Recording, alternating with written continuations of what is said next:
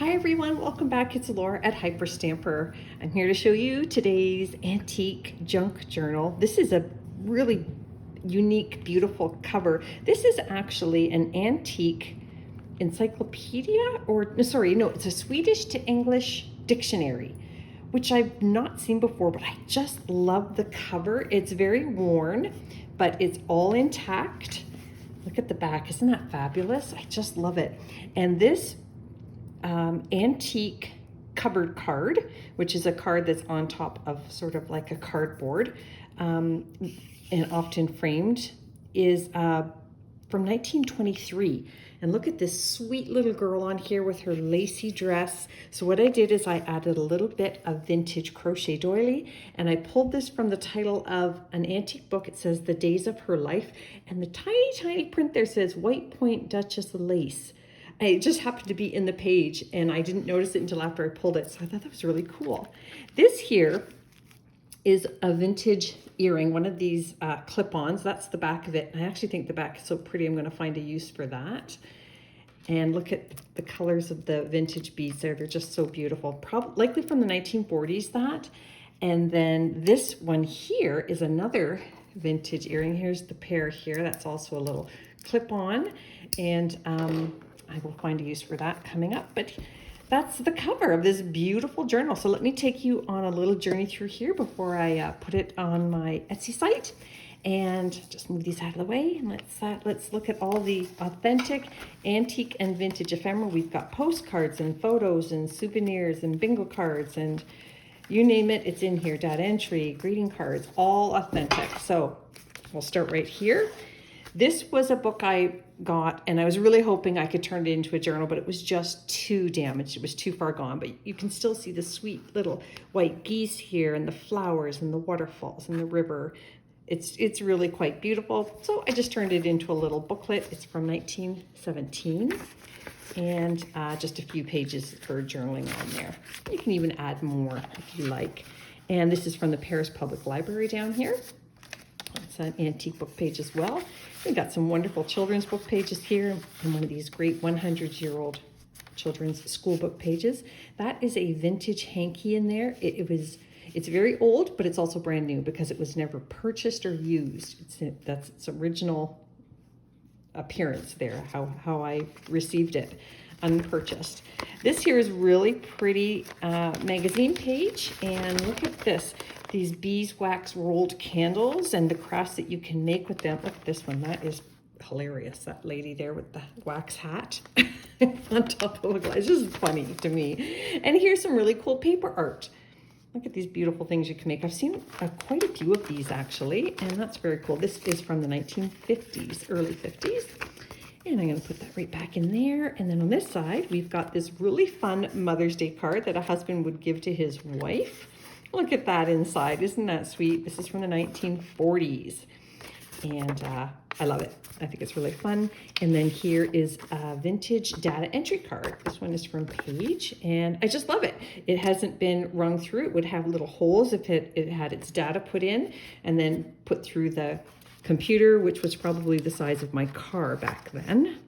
And that's its nice little pocket there. I love this pocket, by the way, from 1933. And then I've got this great early 1900s plate. That one is Summer. Isn't that beautiful? A vintage dictionary page, lots of pictures in it. And then there's lots going on here. We've got this 1920s. Look at this funny little illustration here. This little grasshopper with the mittens and scarf for autumn. Antique paper on the back for journaling. And then this is a 1970s vintage herbs card, and I just think that's wonderful. Fine herbs. This is an unused recipe card, vintage as well, and this is from a vintage botanicals book. I just made a little booklet of those there for fun, and that's actually a little vintage piece there. Vintage, vintage, vintage. It's a great page. Another one of these great 100-year-old pages. This is Fun with Dick and Jane. I get a lot of requests for this. These are the pages of the inside of a book I sold recently as a journal. So there's Jane, and there's the little baby sister Sally. And then we've got a vintage botanical page here. And this is a beautiful postcard from Florida, the banyan tree. Look at that. When I took my little boys there, they had to see a banyan tree. So this postcard was really fun to see. We certainly do not have them in Canada. So this one's from 1962. So 63 years old. Holy cow. That is a 100-plus-year-old handwritten thesis page. Here is an American Literature early 1900s page. And this is the spine of the book, The Girl Next Door, from a book that has long since been a journal. And I love the handwriting on this side here. And then that is the first page there with the school stamp on it from the Imperial School. And, oh, this is really, look at this beautiful illustration here. And that's just the back side of this gorgeous plate from 1887. This beautiful dining room scene here. We've got the puppies here. We've got mom and babies. It's just so beautiful. I love it. I think it's a beautiful, beautiful plate. And this here is another plate from 1904, and I like it because it's Mole's Coffee Shop, and I've never seen a coffee shop plate before, ever, or even image for that matter. So this was really great. So if you're a coffee lover, this is a beauty. That's a really fun one. And that is, let's see, I'm going to pull this one out. This is another one of Paige's envelopes. And I love it here. Somebody put in the comments in a past video that this means it was likely because of the war that they had to examine these things coming in. And this came into a watch shop from Switzerland. This isn't the original letter inside, but I thought something should be inside. So I put this hand typed research page in from 1887. So that goes in there. And then we have this wonderful tag that I made out of 1940s newspaper page for Williams shaving cream, White's shaving cream. And then we have here these two little tickets here. There's a Melmar Foods. Isn't that great? From New Mexico. And then this is from England. It's a transit ticket. Teeny tiny little pieces of awesome ephemera there.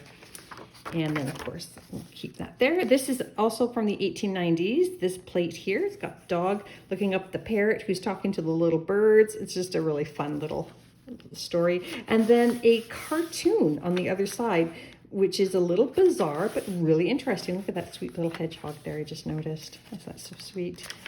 And then another side of that. And then, of course, a 1950s original bingo card. You can journal on the back of that or upcycle it. And I've got some pretty lace here, and then a hidden journaling spot underneath here. Look at these rusted staple marks here from the original antique page from the 1800s. And then this here is a 1930s Beatrix Potter plate. Look how sweet that is. Patty Pan book.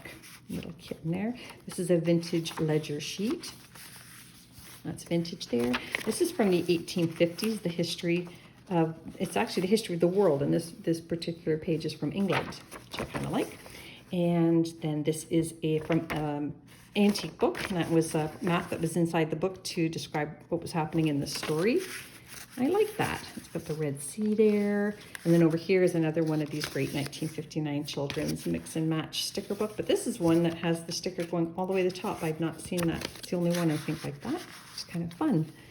And then we've got a beautiful old playing card, the King of Diamonds, that you can do some up artwork on that. And then two vintage Monopoly money pieces that you can also journal in the back of. Another 1940s children's book page, and this is a 1920s book. Look at that cute little bedtime verse of Mother Goose rhymes. Simple Simon. Oh my gosh, look at the moon and the puppy. Just, oh my gosh. It's fun when you get one of my journals and you can really go through everything, and you can use your Google Camera app and really find out the history behind everything. It's just wonderful. I got that out of an 1895 magazine. This is one of the original pages of the book. And here we have this really cool photograph from the 1920s. And look at her swimming costume, I will call it properly. And you can see the American flag here at the back of the boat. And she is waterboarding, like it's on a board rather than skis. I used to do that as a kid, waterboard, because we were too afraid of the skis.